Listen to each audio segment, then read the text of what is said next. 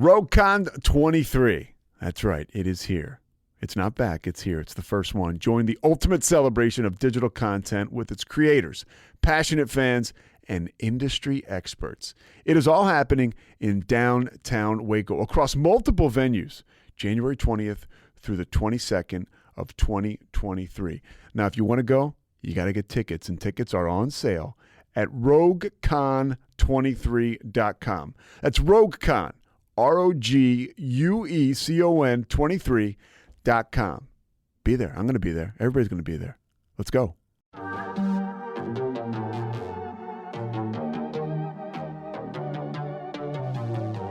Hey y'all, I'm April. And I'm Caroline.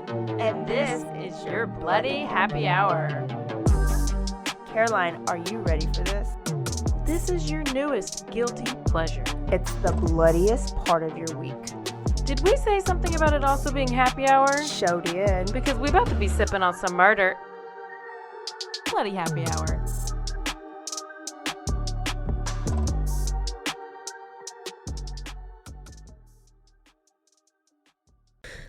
All right, starting the clock. Hey y'all, this is April. What's up, bitches? It's Caroline. It's Thursday. Caroline's warmed up, ready. You're ready to go. We just recorded a quickie. We hadn't done that in so long, so look forward to those. I just need a quickie to get me going. That's literally all you need in your life is a little quickie. It's the way to go. What are you drinking? So I got some Truly strawberry hibiscus.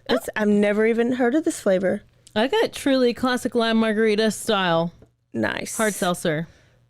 Yeah, we're ready. We are with it. Wait, I don't want to lose my lip gloss. We got okay. What are you watching? Ooh. I know. Oh, actually, in progress, I killed my dad. I just killed my dad. You know what else? The documentary. You know who else killed their dad? Talked about that? Oh, that story about that guy's name, Andrew? Yes. He was, Sword and Scale just released an episode about him, about that guy in this case, probably a week ago, right before this Netflix show came out. We've got stuff coming up. We've got quickies. We've got interviews. We've got live shows. Wow. We're living our best life. And football season. Oh, shit. Football season. Whew. I'm sweating now. Yeah. You're NFL, right? Oh, yes. Yeah. Yeah. So I look more forward to college football. But did I tell you that my son broke his ankle during their first scrimmage? Good job. So he's got to have surgery. Oh, so he's my gonna gosh. miss I can't. 8 weeks. Well, I know. Good job. What? That's the worst when you get injured in like preseason. Yes. I'm over that. That's so dumb. Somebody rolled over him. Like it wasn't like somebody, you know, when the players fall and they fall on you and just like broke his ankle. He's like, might be suicidal. I don't know. Oh, hell. I sent him the hotline number. It's the worst. So I'm a little less excited about football season now. Oh, well. I know. You got all your other, what do you do? I do fantasy football and have my drafts this weekend, so I'm getting excited about that. Okay. Well, yay for football season. Guess what? I'm taking you guys to Funky Town. Oh. Or. Is that Fort Worth? Yes. Also known as Cowtown. Okay. Anything else? Or Fort Worth? No. Yeah. For all you non-Texas people, Funky Town is Fort Worth. And I remember I subscribed us to the Texas Monthly. Oh, yeah. Yes. So I get a paper copy sent to my house, and then the electronic comes to our Bloody Happy Hour email. Have you seen one? No. I need to check spam. Well, I was just randomly... Oh, she's checking now. I was just randomly... Sorry, I got to close my TikTok because I've been all over this Gabby Hanna situation. You don't even know who that is. No, so don't. Not Keep it for the there. quickie. Yep. Okay, so read the article. It's by Skip Hollandsworth. If you're a true crime novel reader, he has covered a bunch of cases, local Texas cases. He covered I think it's I'll Be Gone in the Dark, maybe? Austin. I might be making that up, but there's a whole with the yogurt shop? documentary. Austin serial killer, one of way long time ago. Okay. Long time ago. Okay. So he's a big name. He wrote it. It's great. I'm taking you to September 21st, 2020, the other day. Literally.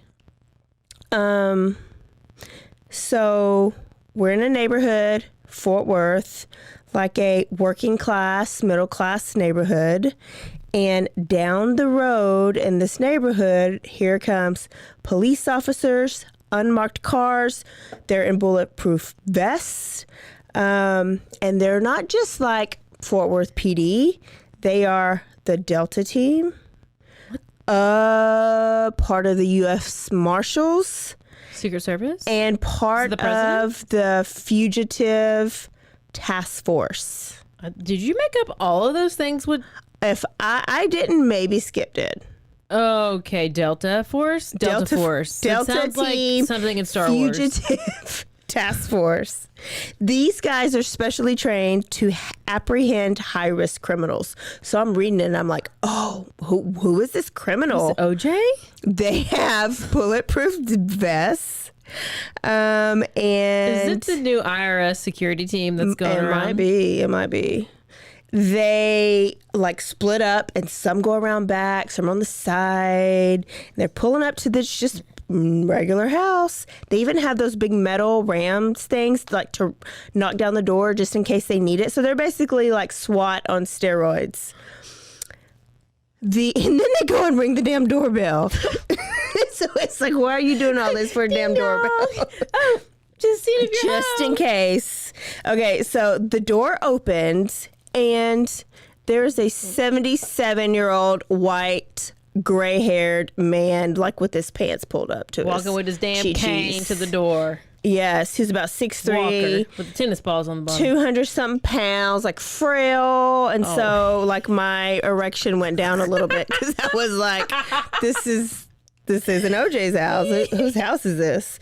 This guy's name was Mr. Glen McCurley. Say it. Glen McCurley? Yeah.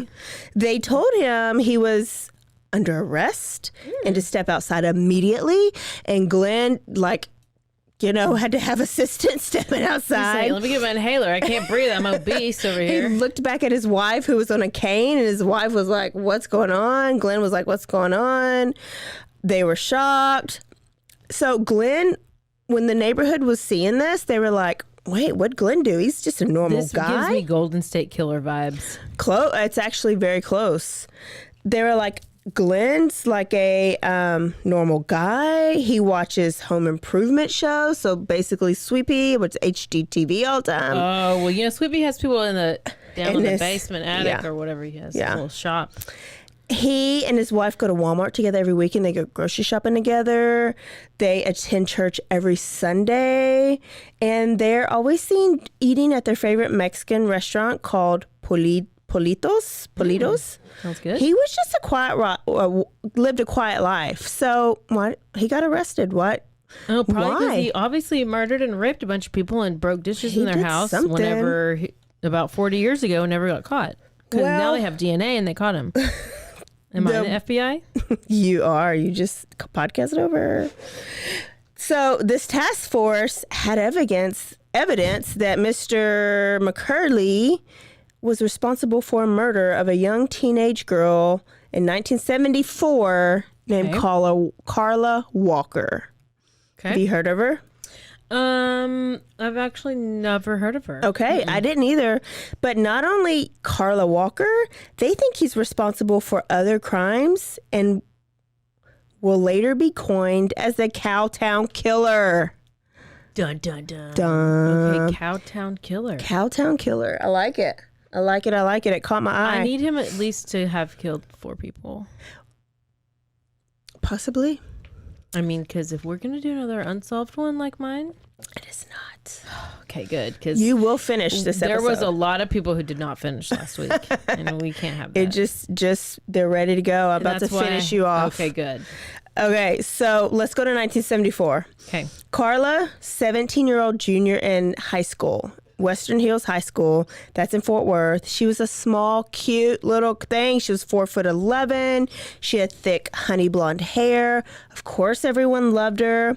She had a boyfriend who was the star quarterback of the football team. They were both planning and applying to go to Texas Tech University. Okay. And they were going to get married. They just knew they were going to get married. Yeah. So this is February 16th, 1974. 3 days after my birthday. Yes. But I wasn't born, so. It was time for Valentine's dance. Yes, it so, of was. course, they're going together. The theme is Love is Kaleidoscope. And Rodney, her boyfriend, is going to pick her up in his mama's LTD, and she walks out and she has on her beautiful blue dress, her promise ring that he gave her because they promised they were going to get married and then have sex afterwards. Oh. Yeah. Oh, like a purity ring? Purity ring. Wow. And he gave her corsage. She told her parents goodbye, and her dad, quote, said, "Take care of my flower for me." Oh, she's a flower, delicate flower. Delicate. I've never been a flower. They go to the dance and they have a blast. Afterwards, they leave. And what do you do after like school events? You Bang it out. Back row. Not if you got a promise purity ring. They're like Listen, cruising. I'm on a whole other level this episode. They were in the city, so we called it back roads. Yeah, they back called road. it cruising. Probably like Valley Mills is here. And they're with other couples. So there was like a local burger hangout place. They hung out there. Yeah. Taco Bell hung out there. Whataburger. And there was a bowling alley parking lot. She went in to use the bathroom, and people kind of hung out in the parking lot there. When she came back from the bathroom, now it's time to bang it out on top of your clothes. Yeah. Finger bang. No, I don't even know if it was that far. They didn't get that far because when she got back in the car, they were making out. OTP over the pants. She was leaned up against the passenger side of the door, and he was on top of her. Then her door flew open. She almost fell out. Rodney caught her. And all he saw was a big, tall man with short brown hair wearing a vest. Like a sweater vest? Like a Western vest. Oh. Like a cowboy vest? A cowboy hat. Oh. He had a gun. And he started to hit Rodney Pistol whip. over the head with the butt of the gun. Rodney tried to grab and save Carla. Couldn't. The guy was hitting Rodney so hard that the clip from the gun, the bottom part, like dislodged and it fell out on the ground. So that's good because that means he couldn't shoot them, right? Yeah. He grabbed Carla, and Rodney says he remembers him saying, "You're coming with me, sweetie, aren't you?" Rodney was barely conscious. Like, he said the last thing he heard was Carla scream, "Go get my daddy." Can you imagine? Like, she had to have been a daddy's girl. "Go get my daddy, go get my daddy." So he grabbed her. Rodney passed out because when he woke up, it was like 1 a.m. The dance was over at 11:30. They rode around. So they're literally in the car making in the out. parking. It's like Lover's Lane type stuff. Somebody opens the door. They're not in a parking lot with a bunch of other cars. They're in a secluded area. No, they're in a bowling alley parking lot Okay. with other cars. Like, people hang out. There's other. Yeah, so it's not like a lover's lane where you're like secluded. Well, there had to been not. So it's I'm it's sure a public place, but give I don't me think there were people there because coordinates? nobody stopped them, or there was no other witnesses. So there was an empty parking lot or Yeah. whatever. Yeah. But so they're making out, they're like whatever in the car, and then I guess the door's unlocked. The guy's on the outside, and it just opens the door, and she kind of like falls out. I'm just trying to visualize it. Yeah. When he woke up, it was 1 a.m. and he sped to Carla's house.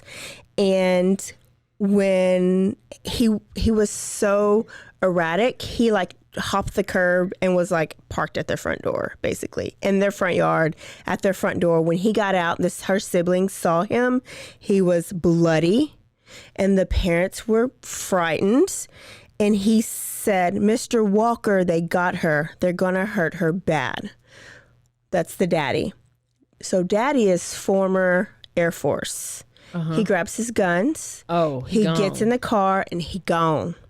Mama Walker calls 911 from her rotary phone. So it probably takes like 5 minutes. And there's probably not even 911 back then. It's probably like a real number. They probably do like dial zero. Zero. It might have been zero. So it was one. Operator. One full circle all the way around. Listen, if you don't know what a rotary phone is, Do you know what a rotary phone is? hell yes. I used to call Grandma Jolly on a rotary phone. Oh, I still don't know who Grandma Jolly is, but I do know what a rotary phone is. So they get to the parking lot. Police get there. All they saw was Carla's purse because she was actually using her purse as a pillow when she was laying back on the door. And the assailant's magazine clip that dislodged. So a little bit of evidence. They searched for Carla all night. The family, the police, friends. When the sun came up, more people joined. They had helicopters. They searched the whole weekend and they find nothing. Oh, no. So now it's Monday and these police go to the high school, which is smart, right? They're a high school kid. Maybe she's got an enemy. Yeah. And they're asking questions to all the high schoolers. Do you know anybody that doesn't like Carla? Would anybody want to hurt her? And they get nothing. Yeah. Carla was obviously very popular and very friendly. And had a And lot of everybody loved her. friends. Yeah. So now it's February 20th. She went missing on the 16th, right? February 20th, 4 days after she went missing, 2 officers were driving along. We're in the Benbrook area. There's a lake. So they're like on this rural road and there's a culvert. They were told to check out there. Well, when they got to the culvert, they looked inside and there was a woman lying on her back. Her face and neck were scratched and bruised. It was Carla because they saw the blue dress that the family described. Oh, no. It was ripped, like off, wasn't even all the way on her body. Her bra was pushed up over her boobs, and her pantyhose and underwear were balled up at the beginning of the culvert. They knew she was strangled, but there were no ligature marks, so they figured somebody did it with their bare hands. Oh, shit. They took her to the morgue, I guess is where you go, hospital. Family had to come and identify the body. Of course, this changed their life forever. The news of the murder was everywhere, and they had a murder in the town. They hadn't had one in a bit. Wow. Her funeral was at the big church. There was 1,200 people there, and teenagers didn't cruise anymore. They didn't go hang out at the bowling alley. They didn't go to Taco Bell. They were like in the house. Oh, my gosh. So now Fort Worth is like, we got to form a special task force to find this killer. But they didn't have any evidence. There were no fingerprints. I guess they don't have cameras. There's either. no cameras. Yeah. There's the blood on her dress that was on her body was Rodney's blood because he was bludgeoned. Okay, well, obviously she was raped, so... There was bodily fluids, but it's 1974. Yeah, so they don't know how to do semen stuff. They don't know anything about any of that yet. It don't even exist. And the highways don't even have cameras. So it's not like they can like look the highways for like potential cars or license plates or something. So, you know what they did have back then? Tip lines. Oh. So they set up a 24-hour tip line, and they paid police around the clock to answer this tip line. Phone rang, but it was just like random stuff. It was Fort Worth stock show and rodeo time, and there's usually a carnival. So they were like, the carnies probably did it. The carnies. The carnies probably did it. Marijuana was kind of big, so they were like blaming it on the local marijuana dealers. But there was one anonymous call from a man, and he was just like, I didn't mean to kill her. I just wanted to fuck her. And he hung up. But no name, no other information. They just had that. So, boyfriend Rodney was devastated. Like, think about the guilt First he of all, had. this guy, how does he even see? How does he even know there's a girl? Okay, go ahead. Has he knows a girl in the car? Well, I'm like, it's not Probably a pervert. Oh, he probably had been like creeping on him all night. I guess. There's no telling. Okay, I know. Yeah, no telling. So, well, okay, Rodney, devastated, right? Because he had survivor's guilt. I didn't do enough to save my girlfriend. He had these head injuries, but they wanted to get as much information that they could from him. So they put him under hypnosis. It's like, oh, you got hypnosis back then? Yeah, they did. They did that. Yeah. The only thing he remembered was the cowboy hat that he had on and his short, like, brownish hair and his vest. He drove a sedan, like it's not even a big truck. So if you're going to be the Cowtown killer, you need to drive a big ass dually. Nope. So, Because he's a cop. ooh, is he a cop? It's not a cop. We're not Okay. not going to be mad at the cops today. Okay. The cops actually do pretty decent in this. Oh, good job. So the investigation for the task force, like, so they're thinking about like what else could be related to this murder. 1 year before, remember, Carla was killed was kidnapped on the 16th. There's another murder on February 7th, 1 year before. So February. A young woman named Becky Martin never returned home after her Tarrant County Community College class. Her body was found 7 weeks later, but was so decomposed they couldn't tell how she died. But what caught their attention is that she was too found in a culvert. And so they were like, could this be related? Same time of year, found in a culvert, around the same age range, like younger. Sounds kind of like the Honolulu Street murder to It me. does. It does. And he did come back to the States. What if it was Was it Howard him? Gay or whatever the fuck his name What was his name? We already forgot. Howard Gay, Richard Gay, one of the gays. 1 month after Carla's murder, so now it's like March, right? They found the type of gun that magazine clip came from. Okay.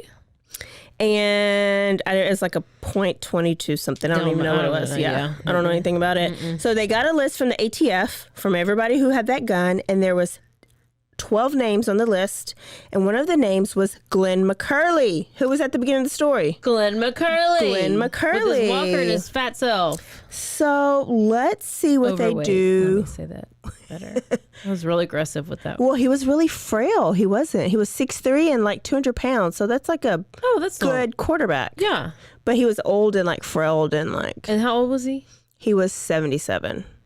But you know, like these days, people who are 77 aren't super frail. Except for Joe Biden. He's very... You mean Weekend at Bernie's? Let's take a break.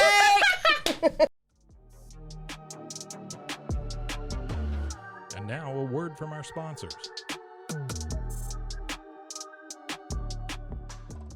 RogueCon 23. That's right. It is here. It's not back. It's here. It's the first one. Join the ultimate celebration of digital content with its creators, passionate fans, and industry experts. It is all happening in downtown Waco across multiple venues, January 20th through the 22nd of 2023. Now, if you want to go, you got to get tickets, and tickets are on sale at RogueCon23.com. That's RogueCon, RogueCon 23.com. Be there. I'm going to be there. Everybody's going to be there. Let's go.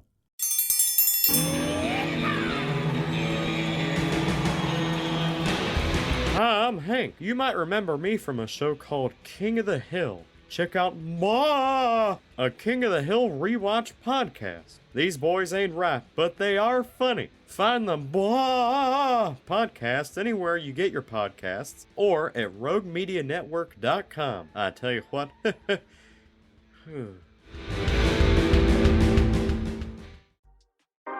911, what's your emergency? Do you hear that? It's coming from the house. It's coming from inside the house? Do you mean? Could it be?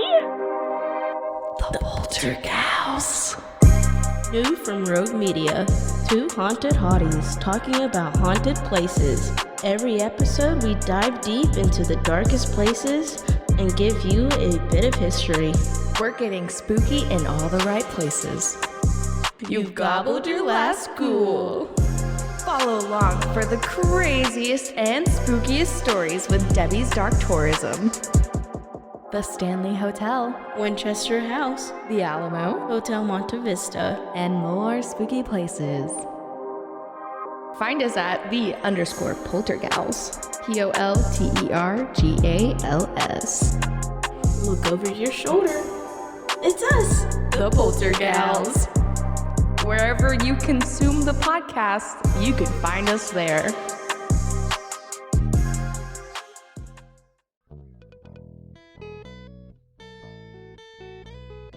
Hi, this is Sarah. And I'm Carter. And this is Some of Our Thoughts. We're two Southern sommeliers, and we want to share everything we love and know about wine. We started hanging out during quarantine and cooking and drinking and listening to music, and we just thought this would be a great way to bring everything we know to you guys. We will make wine knowledge and food pairings easy and approachable. So put on your favorite vinyl, grab your favorite glass of wine, tune into our show, and let's have some fun. Wine and vinyl. So check us out on roguemedianetwork.com or wherever you get your favorite podcast. We'll be talking about a lot.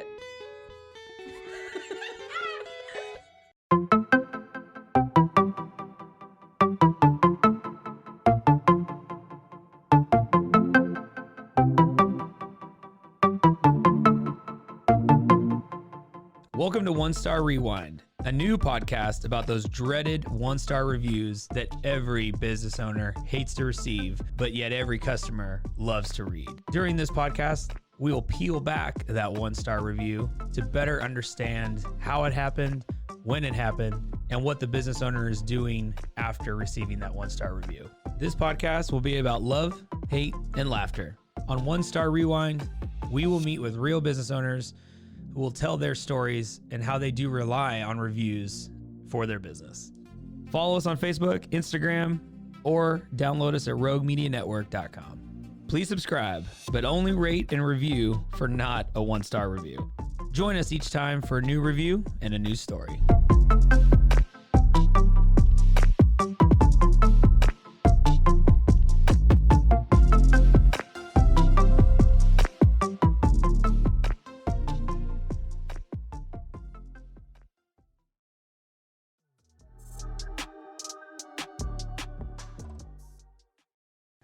So Glen's name came on, right? So Glen, they were like, well, let's look into this Glen guy. This is still McCurley? in 74 then. So we're in 74, and this is how the case is going after Carla was murdered. Mm-hmm. So one of the names on the list was Glen. So they're looking to all these different people. They say, Glen, okay, well, he's from West Texas, came from a good family. His brothers were good. They were student athletes, but he was kind of like a troublemaker. They sent him to a boys' home. But it didn't help because he ended up stealing cars and like running from the police. At 19, he turned his life around when he met his wife, Judy Watson. She was a good Christian girl. So bad boy, Christian girl. It's usually how it works, right? Yeah. They got married on February 16th, 1963. Do you remember the murder date? February 16th. Yes. Do you remember when that other girl went missing? February 7th 23rd. ish. 7th. Yeah. 19, like a year before. So this guy has He's with February. all about Aquarius. What are y'all, Aquarius? Okay, maybe he's all about Aquarius. Maybe He likes the air sign. something to do with Valentine's. Like maybe that like turns him on, turns him off, pisses him off. I don't know. So they have 2 kids. He worked for the post office. She worked at a local daycare. They joined a Baptist church. Like they were peachy. He was a little Baptist. BTK-ish. Oh no. Because he didn't just go to church. He was employed at the church as their handyman. Oh, no.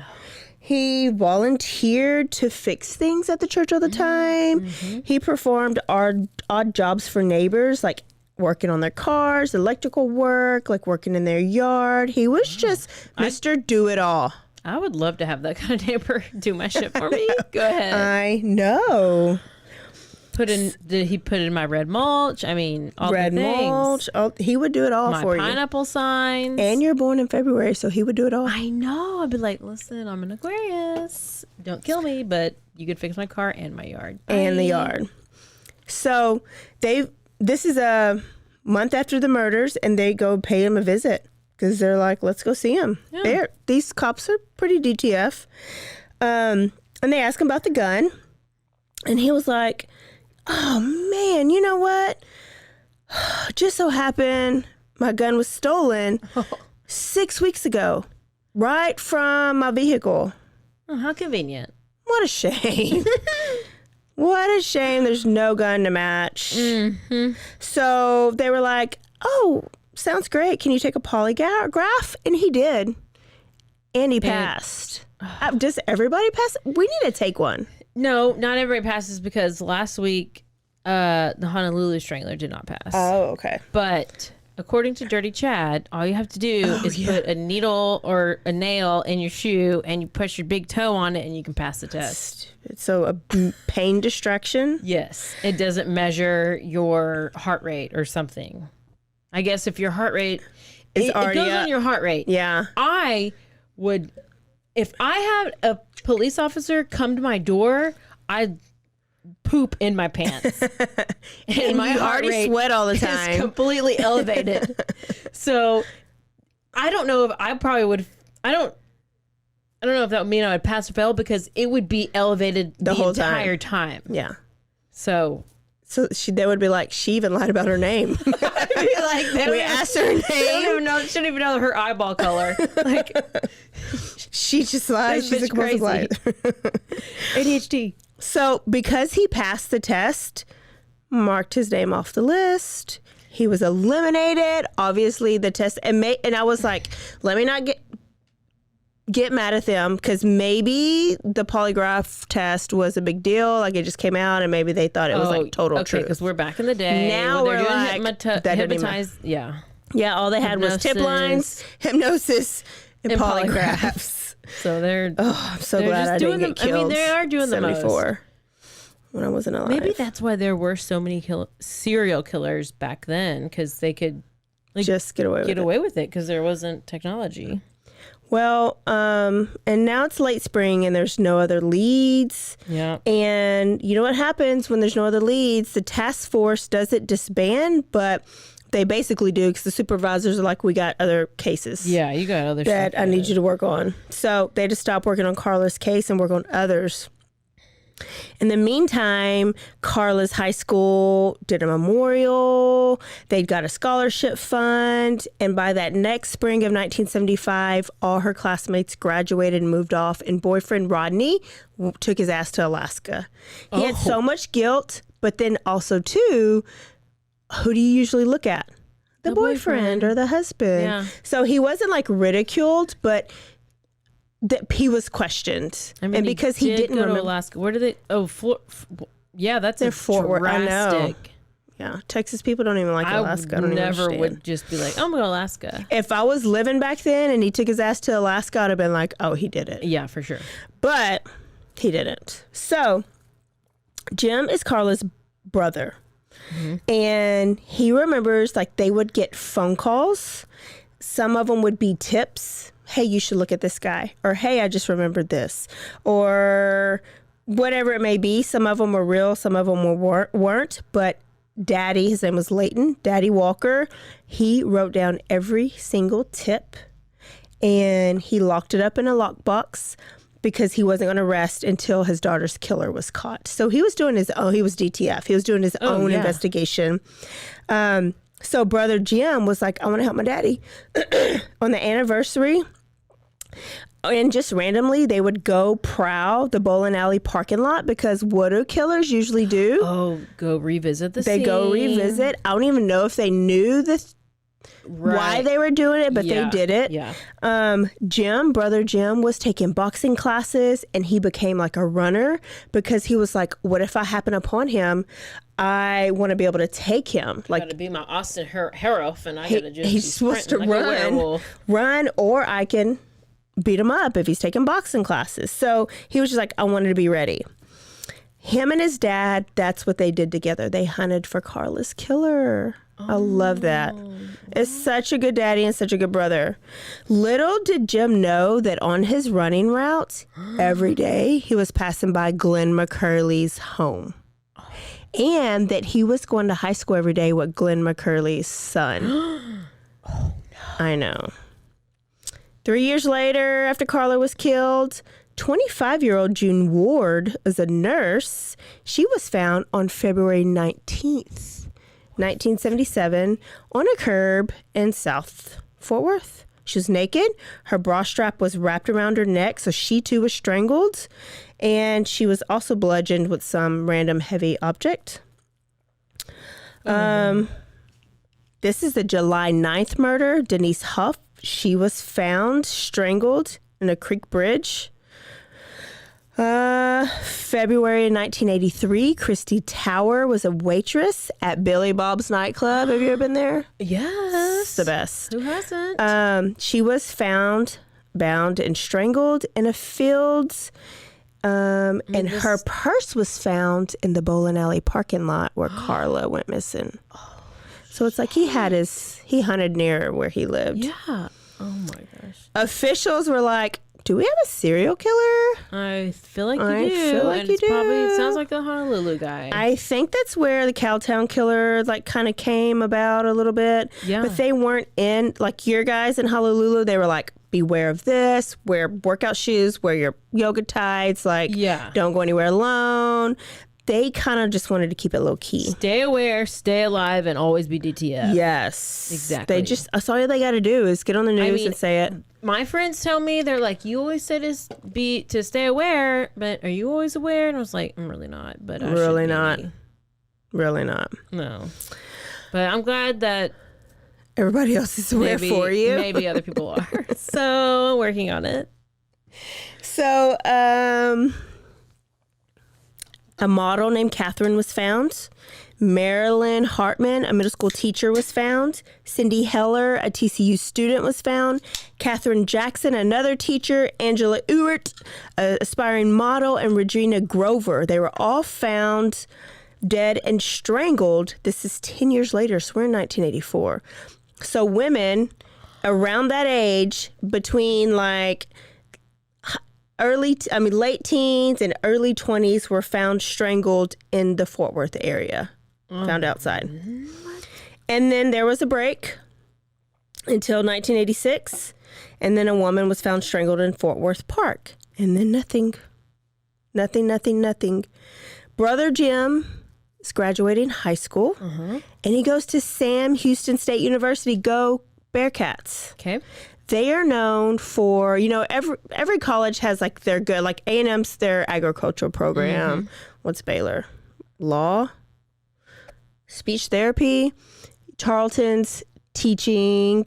Well, Sam Houston State is known for their criminal justice program. Oh.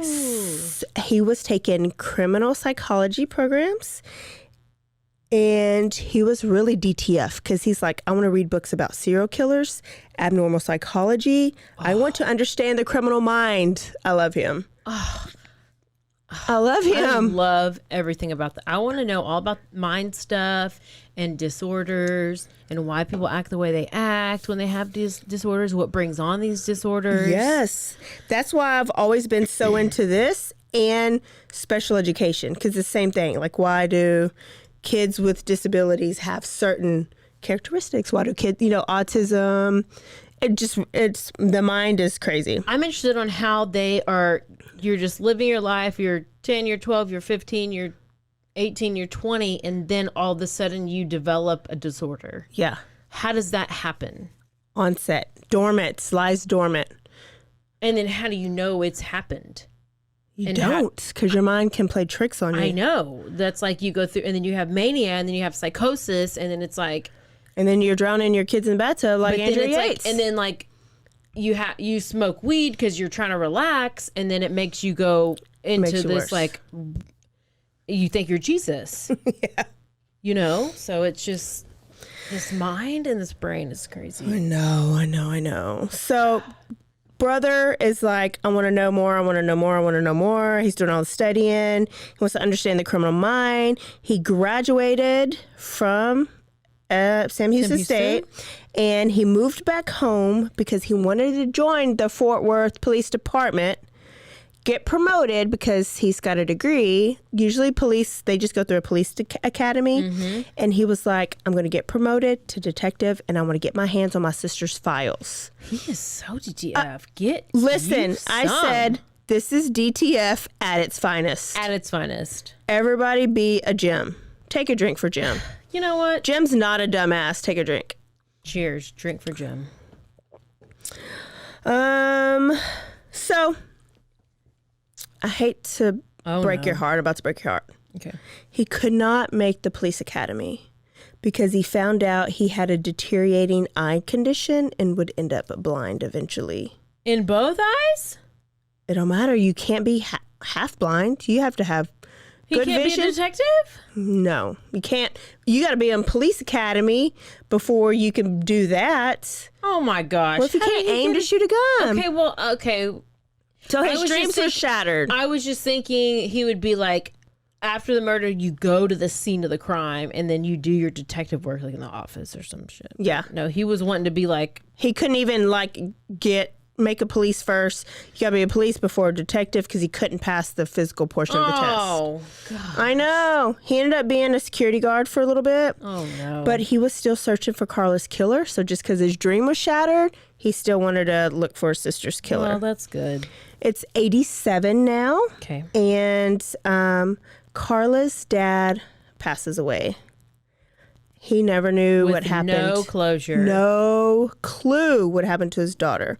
So Jim kept searching, and he went and he remembered his dad's box of notes, like when people would call, his tips. So he goes through every single lead. It takes him a little bit. But in the next couple years, all the siblings die. Like, she had a lot. Like, the mom dies of Alzheimer's. The siblings die of just different random things young. Like, really young. And it's Jim and his sister left. But Jim's married. He's got family. So, we're in 2015. Literally. Yeah. And when mom dies, dad dies, Jim is like, I want to move back to my home, like my childhood home, because he's like, what if the killer like grows a conscience and wants to come knock on the door and confess? Or he wants to go back to his actual house where he lived, where he grew up in with his family? Carla and his family. And so he and his wife and his family, they go and live there. Okay. And his vision gets worse. He's working for like the state. He has a guide dog, but he doesn't let us stop him. Gosh, he's blind. Just about. Like, probably legally, I don't think he can drive, but he can still, he has some functional vision. What? Wow. I love Jim. Jim, we love you. Jim, come on the podcast. So he called the cold case unit often. I have a friend whose daughter died and it went unsolved. Every month she called and she called and she called. To keep it active. Mm-hmm. Stuff, don't forget my daughter's name. And so those are the type of people I want to talk to, like people that have been like through this. So anyways, they would call and people would turn over all the time. Well, there was no leads until 2018 when a woman... and I was like, you know what? It took a damn woman getting a damn cold case division to get to where we're about to be, like to this. So a woman named Leah Wagner, shout out to Leah, she joined the cold case unit and she had a guy help her. His name was, I don't know, John Benet, I don't know. And they're investigating. John Benet?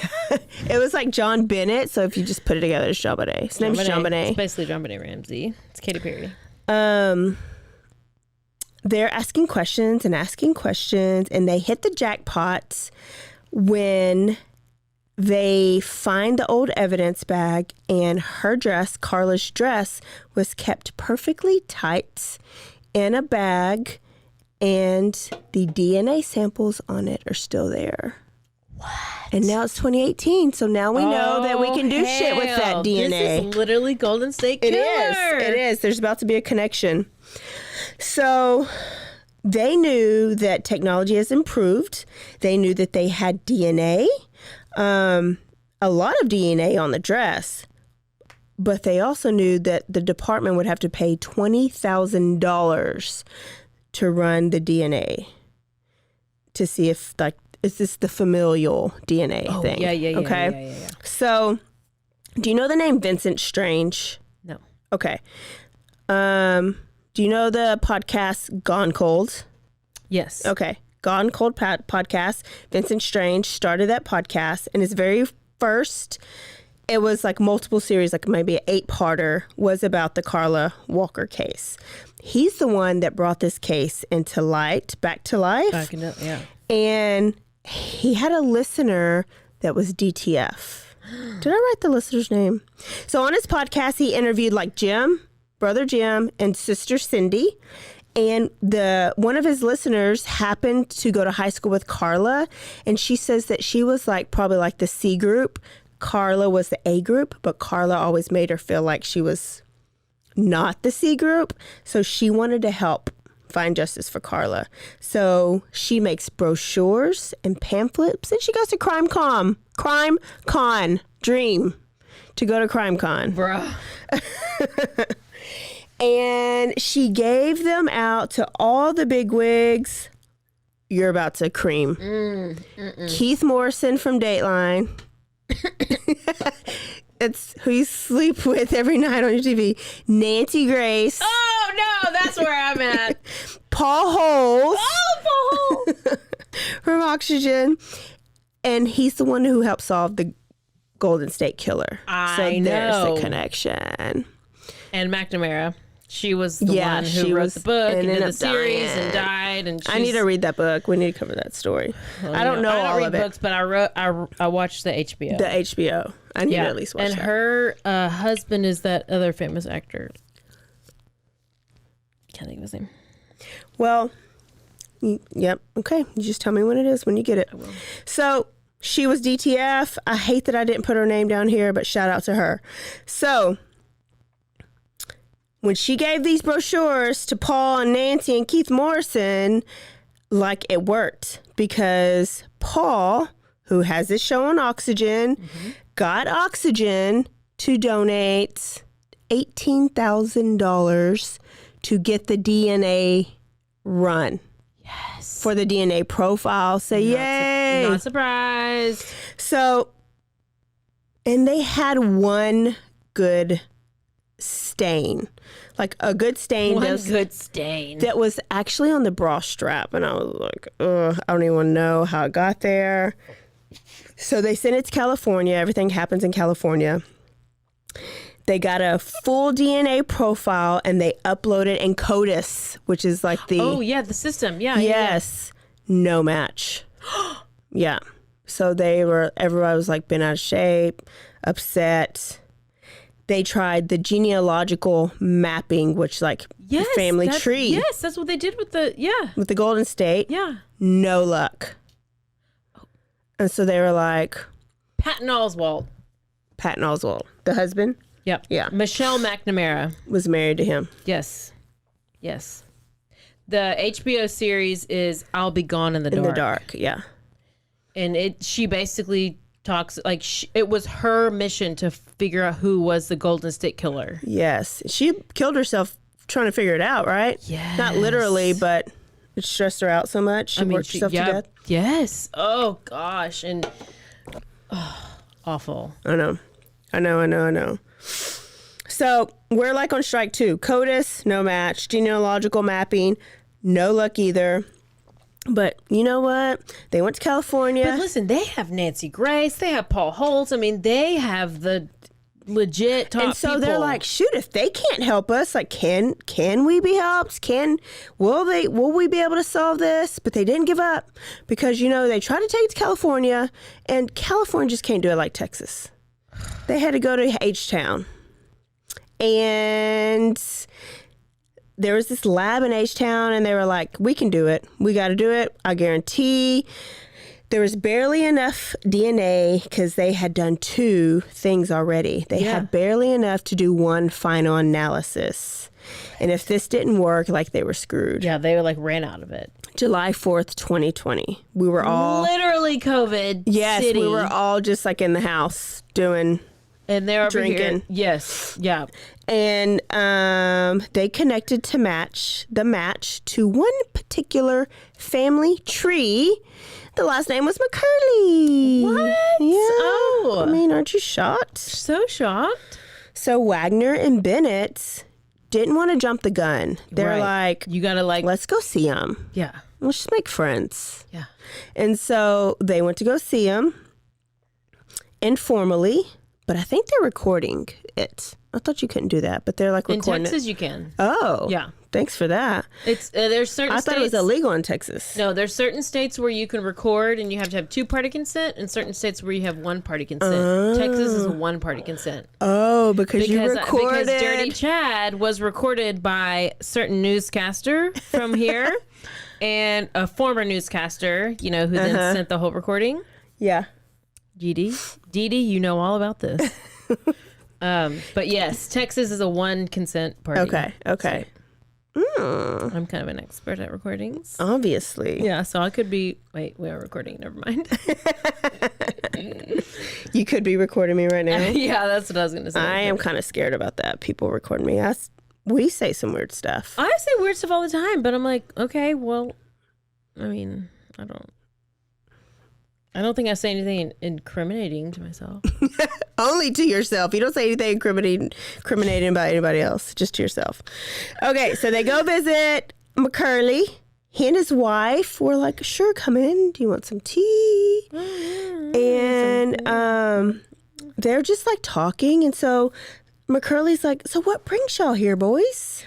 Now, were they weren't police officers. They were Okay. Coming as police officers, and they really wanted to watch the behavior. Yeah. And it wasn't like I'm curious, nervousness. I know you may not know all these details but I'm curious to know how do you get invited in? Like, so, they said, hi, we noticed I'm so-and-so and so-and-so. We're on the cold case team in Fort Worth, and we're opening up the Carla Walker case, and we're just going back over old names that come up. We saw that you were eliminated. Can we ask you a couple questions? And then they invite them in, and they sit down. Like, simple as that. And so the wife was like, I hope you find out who killed Carla.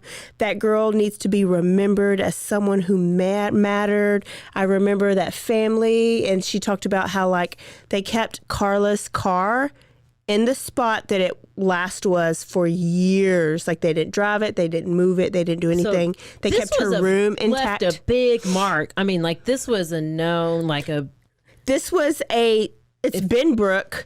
So Benbrook now is humongous, but back then it wasn't that big. Yeah. And so there wasn't a lot of crime. People didn't lock their doors. It changed how they, I guess, viewed crime. Even they said that when she went missing, people never thought she would have ended up dead. They thought she was just going to walk back through the door. Yeah. Whoever kidnapped her was just going to drop her off. They were that... what's just ignorant, I guess, about how ugly people can be. Yeah. And so this is a case that kind of turned them to don't trust anybody we all tell everybody to do. Yep.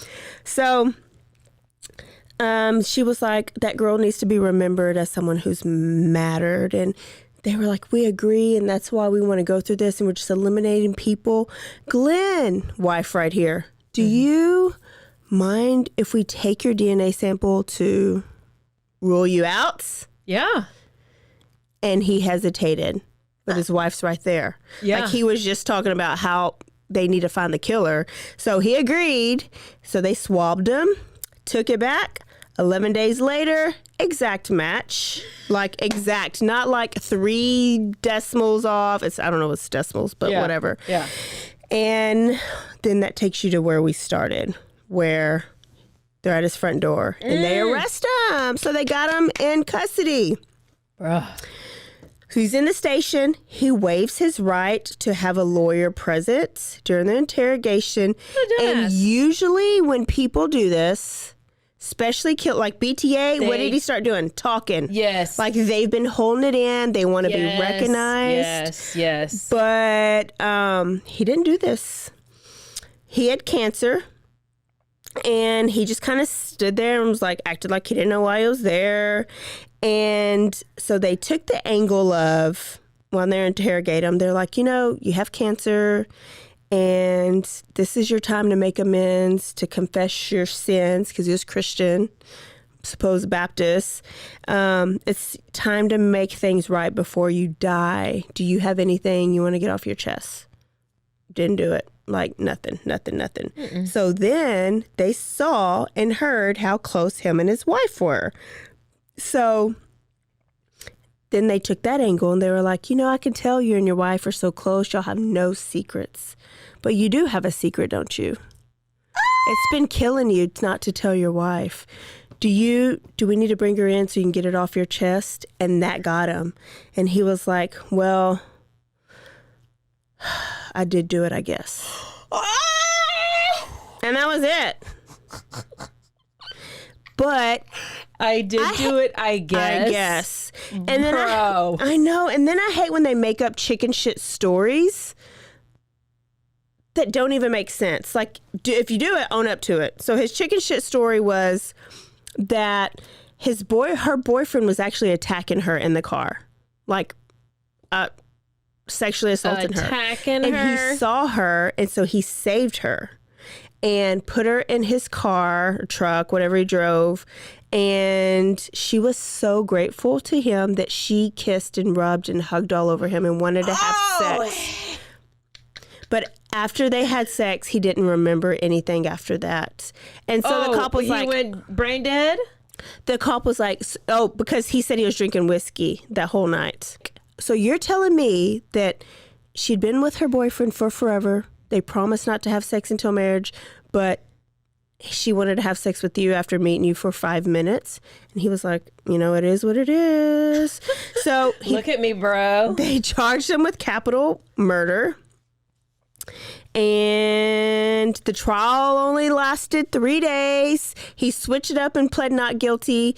And then by the end, when they brought in all the stuff, he was guilty. AF. His wife and his son were devastated in the courtroom. And the 2 siblings left, Jim and Cindy, embraced each other like after. He was, blah, blah. He got life in prison only, and his family never visited him ever. And Jim actually went to his son, the killer's son, and embraced him and was like, it's not your fault. Went to the wife, it's not your fault, like your dad's a piece of shit. Wait, Jim the brother embraced McCurley's son and wife. It's not their fault. Yeah. I mean, it's not their fault. So he's in prison. Life. How old is he when he's convicted? He was 77 years. Well. Oh, okay. They arrested him when he was 77 years old. Okay. So people come to talk to him because they're like, did he kill these other ladies? Is he the Cowtown killer? Did he kill all these February people that died, plus all these other ladies, strangled ladies? I didn't even count them all. There's a lot. There's over 10. And he never confessed.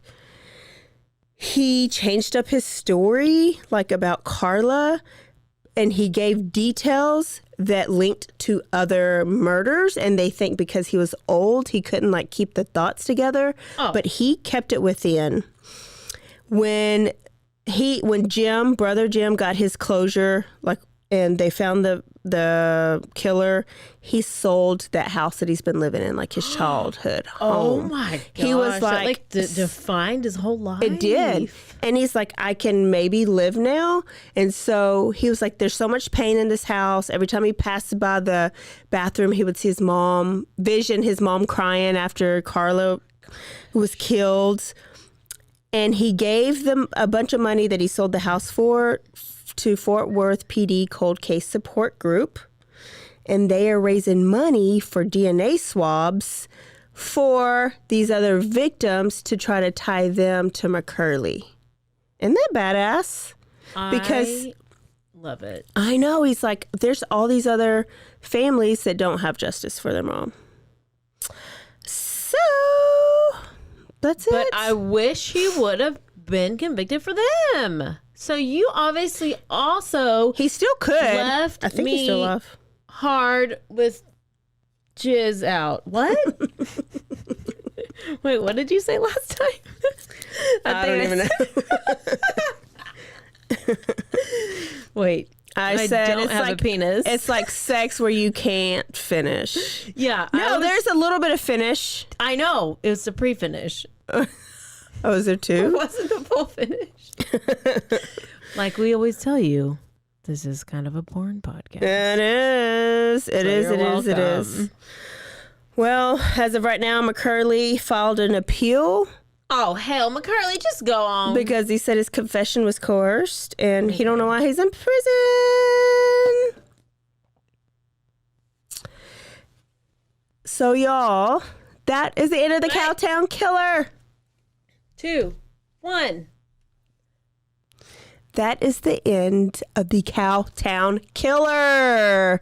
We're going live, y'all. We're going live as we record this. Yeah. Everybody that's on live, everybody that's tuning in right now, if you haven't registered, go register and tune in for our quickies that we got coming up the next couple Tuesdays. And then Caroline's got a story for you next Thursday. What's it going to be? Who knows? What's it going to be? We're recording. How fun is this? Go rate, review, and subscribe. Apple Podcasts, Spotify, or on what? They can rate us on our Facebook page too. Don't forget to. Is that I do it? Yep. Don't forget to.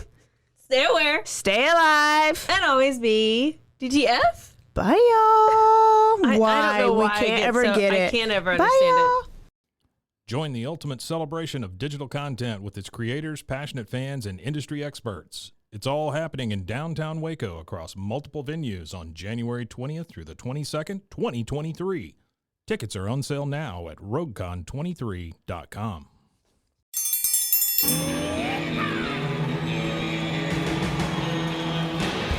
Hi, I'm Hank. You might remember me from a show called King of the Hill. Check out a King of the Hill rewatch podcast. These boys ain't rap, but they are funny. Find the podcast anywhere you get your podcasts or at roguemedianetwork.com. I tell you what.